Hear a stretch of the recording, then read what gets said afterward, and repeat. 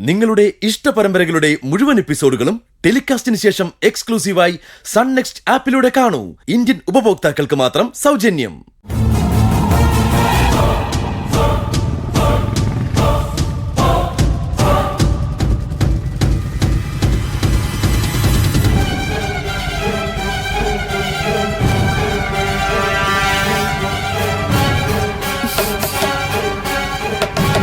അച്ചായ,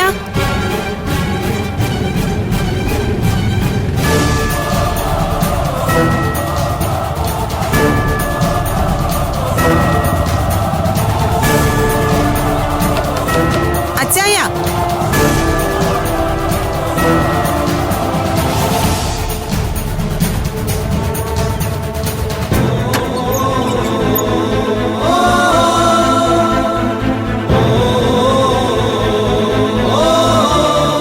മോളോ കേറി വാ മോളെ ഇരിക്കി. എന്താ അച്ചായ ഒരു പരിഭ്രമം? എന്ത് പരിഭ്രമം? മോളിരിക്കി. ഞാൻ ഇരിക്കാനും സംസാരിക്കാനും ഒന്നും വന്നതല്ല അച്ചായ. എനിക്ക് ചില കാര്യങ്ങൾ അറിയാനുണ്ട്. ജനിച്ച ഉടനെ എന്റെ കുഞ്ഞ് മരിച്ചു പോയിന്ന അച്ഛൻ എന്നോട് പറഞ്ഞത്. ആ കുഞ്ഞ് ഇപ്പോഴും ജീവിച്ചിരിപ്പുണ്ടെന്ന് എനിക്കറിയാം. അലക്സ് ചൈന ഞാൻ അച്ചായ എന്ന് എന്നും വിളിച്ചിട്ടുള്ളൂ.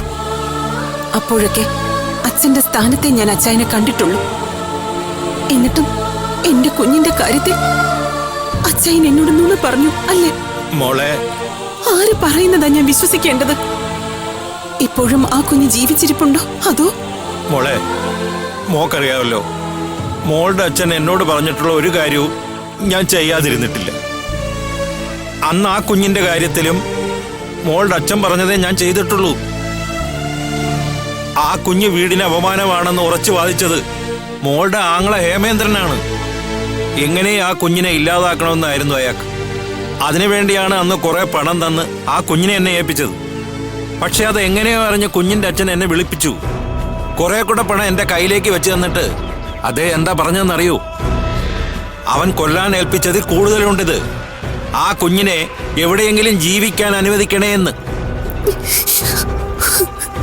ഹേമചന്ദ്രനെ എതിർക്കാൻ കുഞ്ഞിന്റെ അച്ഛനും കഴിയില്ലായിരുന്നു. അതുകൊണ്ട് രഹസ്യമായിട്ടാണ് അതെന്നോട് പറഞ്ഞത്. ഞാൻ അതേപോലെ തന്നെ അനുസരിച്ചു. മോളുടെ വിവാഹം കഴിഞ്ഞപ്പോൾ ആ അധ്യായം അവസാനിച്ചു എന്നാണ് ഞാൻ കരുതിയത്. പക്ഷെ കാലങ്ങൾക്ക് ശേഷം കുടുംബസ്വത്തിന്റെ അവകാശത്തിൽ ആ കുഞ്ഞിന്റെ പേര് മോളുടെ അച്ഛൻ എഴുതി വെക്കുമെന്ന് ഞാൻ അറിഞ്ഞില്ല.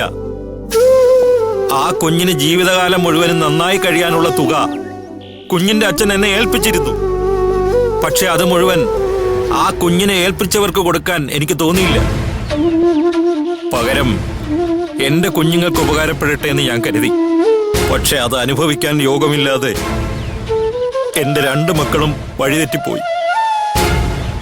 ഭാര്യയും കിടപ്പിലായി. സത്യത്തിൽ ഞാൻ തെറ്റുകാരനാണ് മോളെ.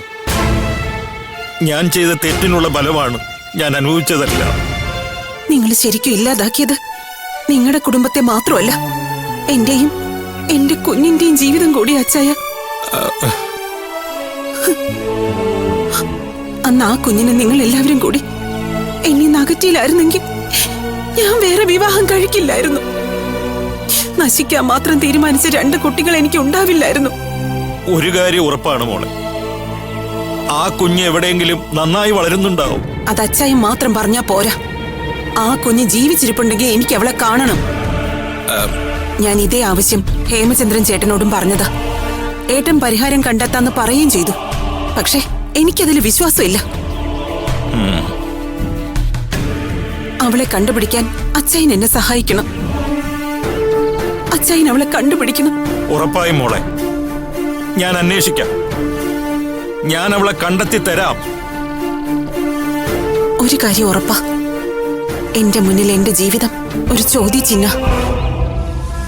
നിങ്ങൾക്കാർക്കും അതിനുത്തരം കണ്ടെത്താനായില്ലെങ്കിൽ എന്റെ മുന്നിൽ ഒരു ഉത്തരമേ ഉള്ളൂ: മരണം. അതിനെ ആർക്കും ചോദ്യം ചെയ്യാൻ കഴിയില്ല.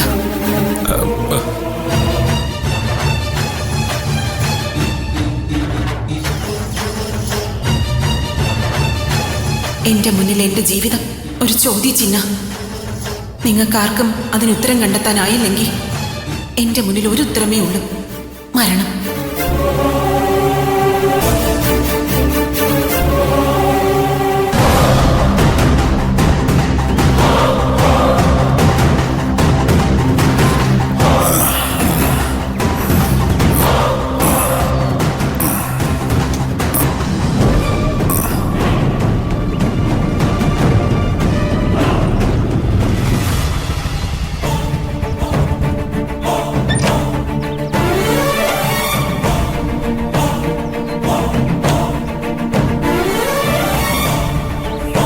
ഹലോ ഹലോ രാവിലെ തന്നെ ഫിറ്റ് ആയോ?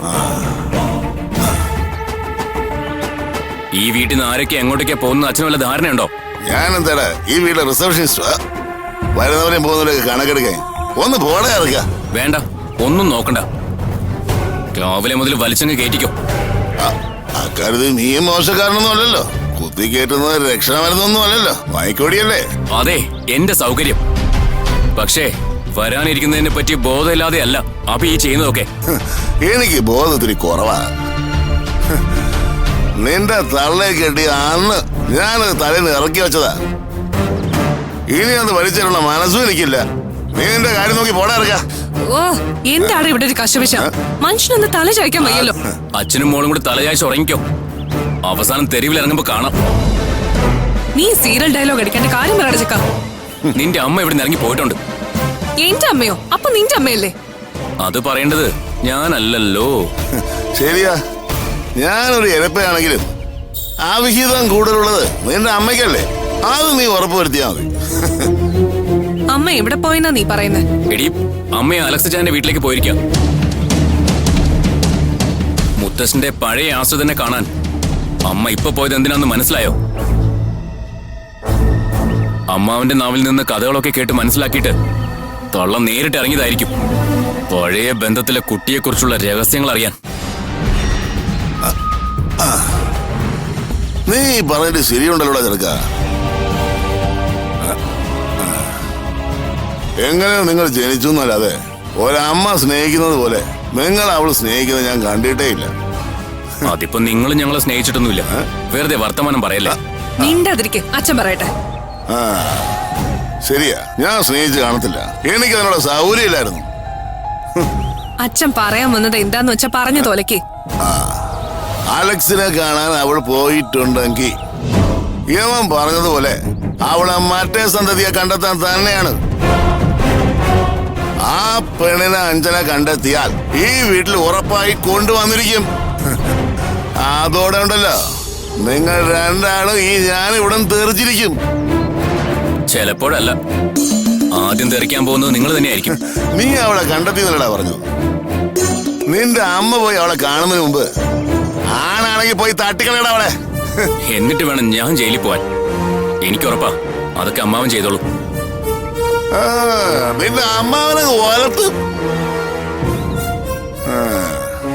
എടാ എടാ ഏരണം കേട്ടവനെ, അവിടെ ഇങ്ങോട്ട് വന്നാ പിന്നെ ആ ഉപ്പ് വാങ്ങിച്ചെടുക്കാൻ കഴിയും നിനക്ക് തോന്നുന്നുണ്ടടാ. പിന്നെ എന്ത് വേണമെന്നാ?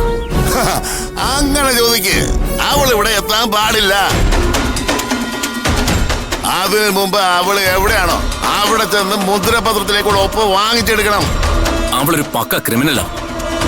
വിചാരിക്കുന്ന പോലെ ഒപ്പിട്ട് വാങ്ങാനൊന്നും പറ്റില്ല. അയ്യോടാ കഷ്ടം. അവളെ കുറിച്ച് അറിഞ്ഞപ്പോഴേക്കും നീ ട്രൗസറിൽ മുള്ള തുടങ്ങിയോ? ആ നീയാണോ അവളുടെ ഇതിന് ഒപ്പ് വാങ്ങിച്ചെടുക്കാൻ പോകുന്നത്? അത് നടന്നു തന്നെ. അബി, നീ അവൾ എവിടെയാണെന്ന് കണ്ടുപിടിക്കാൻ. ബാക്കി കാര്യം ഞാൻ നോക്കിക്കോ. അതാണ് കണ്ടോടാ, ഉശിരുടെ തന്തയ്ക്ക് പറഞ്ഞാലുള്ള ഗുണം. ഇവള് കാര്യങ്ങൾ ഇടുന്ന കണ്ടില്ലേ? നിന്റെ കാര്യത്തിൽ നീ നേരത്തെ സംശയിച്ചത് ശരിയാണെന്ന് എനിക്ക് ഇപ്പൊ തോന്നുന്നുണ്ടാ. അബി, അബി ഒന്ന് നിർത്ത്. അങ്ങേർക്കോ വെളിവില്ല. നീ ഒപ്പം തുടങ്ങിയാലോ അബി. ആദ്യം ആ പെണ്ണ് എവിടെയാന്ന് കണ്ടുപിടിക്കും. ബാക്കി നമുക്ക് നോക്കാം.